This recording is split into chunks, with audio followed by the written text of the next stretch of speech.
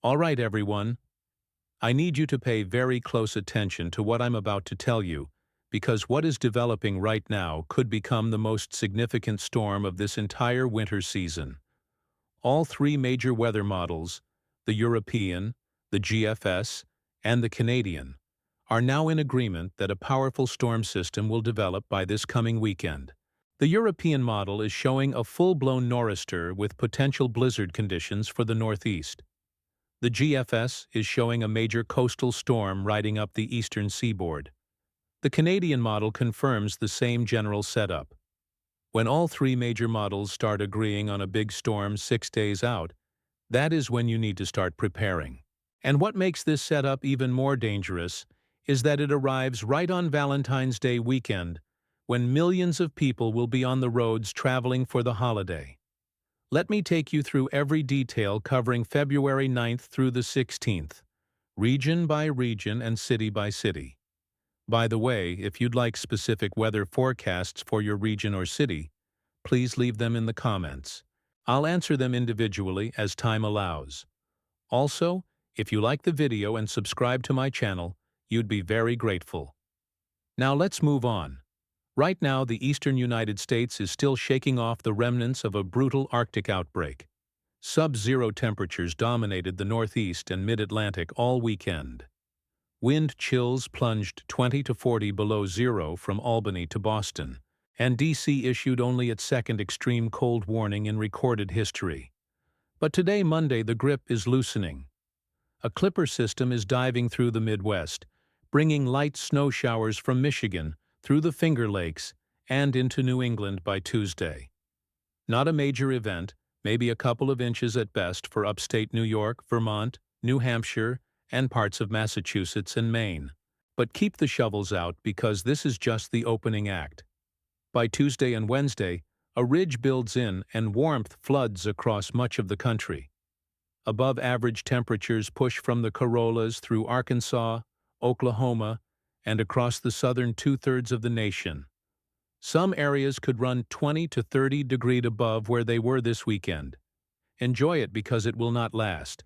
Even as we bask in the midweek warm-up, the atmosphere is quietly assembling the ingredients for a monster. Here is how this storm comes together. A classic Baja low, a powerful piece of energy in the subtropical jet stream, is forming over California and the Four Corners region by midweek. At the same time, the polar jet is loaded with cold air streaming south out of Canada. The WPC confirmed in their extended forecast discussion that troughing diving down the west coast will send southern stream energy into the southwest by Friday, bringing an expanding area of potentially moderate to locally heavy precipitation to the south-central United States by the weekend. They specifically stated that the system will traverse the southern half of the nation and spread precipitation into the east with uncertain wintry impacts possible on the north side. When these two branches of the jet stream, the subtropical and the polar, converge over the eastern United States, that is the textbook recipe for a powerhouse storm. And that is exactly what every model is now showing. The European model is the most aggressive. It forms low pressure over Texas by late in the week, then rockets it northeast along the coast. By overnight Saturday into Sunday, the European has a 998 millibar low-producing heavy snow, ice in the Appalachian, gusty winds, and potential blizzard conditions in the northeast.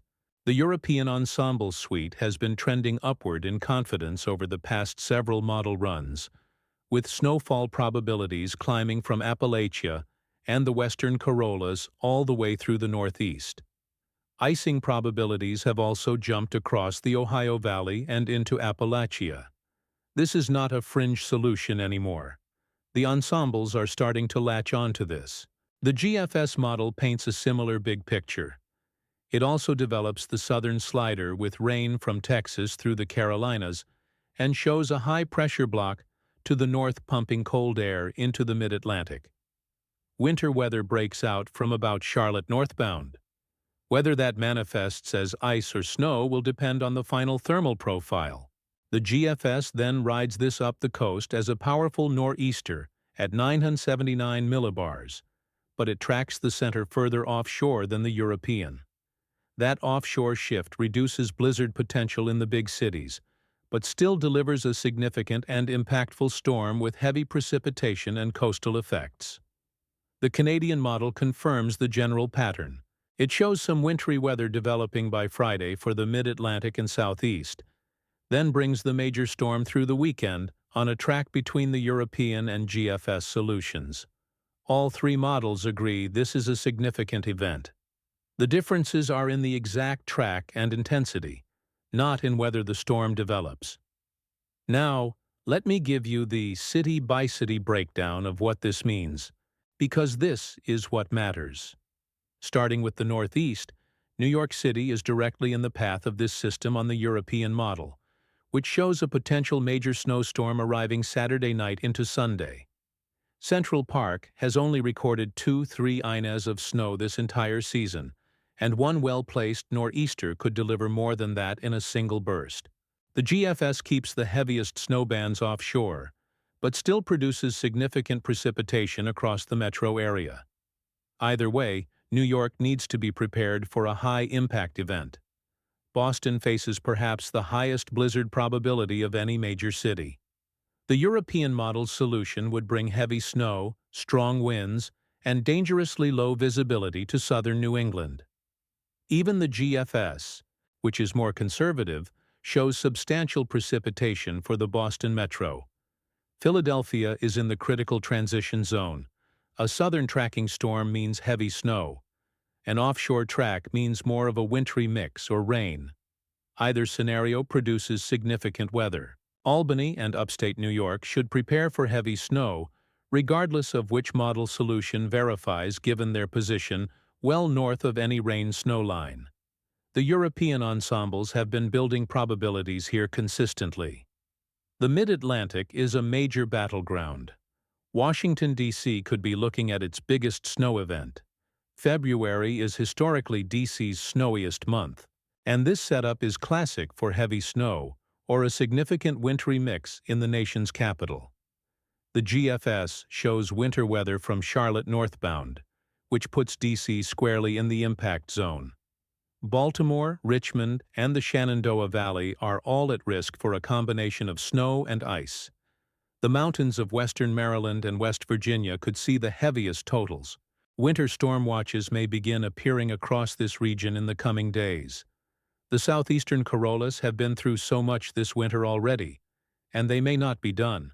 Charlotte has already recorded 12 in from the January 31st bomb cyclone alone. The European model shows wintry weather pushing as far south as northern North Carolina and Virginia by Friday the 13th, with a secondary deeper system arriving over the weekend. The GFS brings rain and a wintry mix from Charlotte northbound. Raleigh sits right on the rain-snow line where a few degrees will make all the difference. Atlanta is on the southern fringe, but should not be complacent, because the European model has shown snow reaching deep into Georgia on some of its recent runs. The mountains of western North Carolina could add significant additional snow to what has already been an historic season for the high country. The Midwest and Ohio Valley see action regardless of which solution wins. Chicago and Detroit get precipitation from this system. The nature of it depends on how far north the storm tracks and how much cold air survives the midweek warm-up. Indianapolis could see a significant snow or ice event depending on the exact position of the rain-snow line. The Ohio Valley from Cincinnati through Columbus is in the icing corridor on multiple model runs, and ice accumulation from a system this strong could mean prolonged power outages. Pittsburgh and the western Pennsylvania mountains face a dual threat of heavy snow and ice. The midweek warm-up pushes temperatures into the 50s and 60s from Omaha through Kansas City, with Dallas and Oklahoma City reaching the 60s and 70s before the cold crashes back in by the weekend. Out west, the pattern is finally delivering meaningful moisture after a frustrating start to the season. A massive ridge of high pressure has kept California and Colorado snow starved for much of the winter. But that ridge is now breaking down.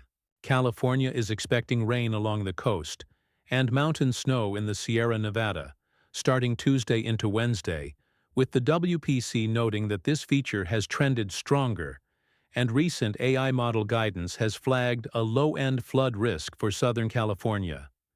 The Cascades, Northern Rockies, and Bitterroots are stacking up impressive totals with 50 to 80% probabilities for 6 or more inches across western Montana and northwest Wyoming ranges. Seattle and Portland see lowland rain while the mountains get hammered. Snowpack has been running 40 to 70% of normal in many basins, so this active pattern is desperately needed, and once it kicks in, it does not let up. Both models show relentless snowfall for the mountainous west through the entire period, which is welcome news for water supply and ski resorts that have been struggling. The temperature story for the week ahead seals the deal. The midweek warm-up peaks Tuesday and Wednesday, but by Thursday and Friday, colder air pushes back into the east. That cold arrives just in time to ensure that moisture from the weekend storm falls as snow and ice rather than rain across a wide swath of the country. After the storm passes, both models show Arctic air reloading across the eastern United States. The European model is notably colder than the GFS through the back half of the month, suggesting that this storm may be a dividing line between the mid-interwarm spell and a cold, active finish to February. The bottom line for February 9th through the 16th is unmistakable.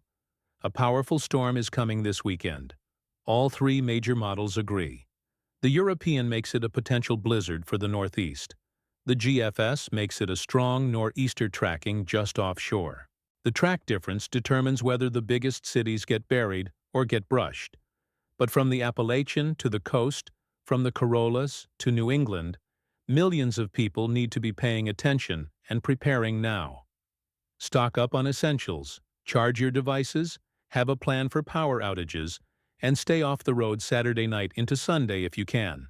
I will be here every day this week tracking every shift in this pattern, because the details that get ironed out over the next 48 to 72 hours will determine who gets the worst of it.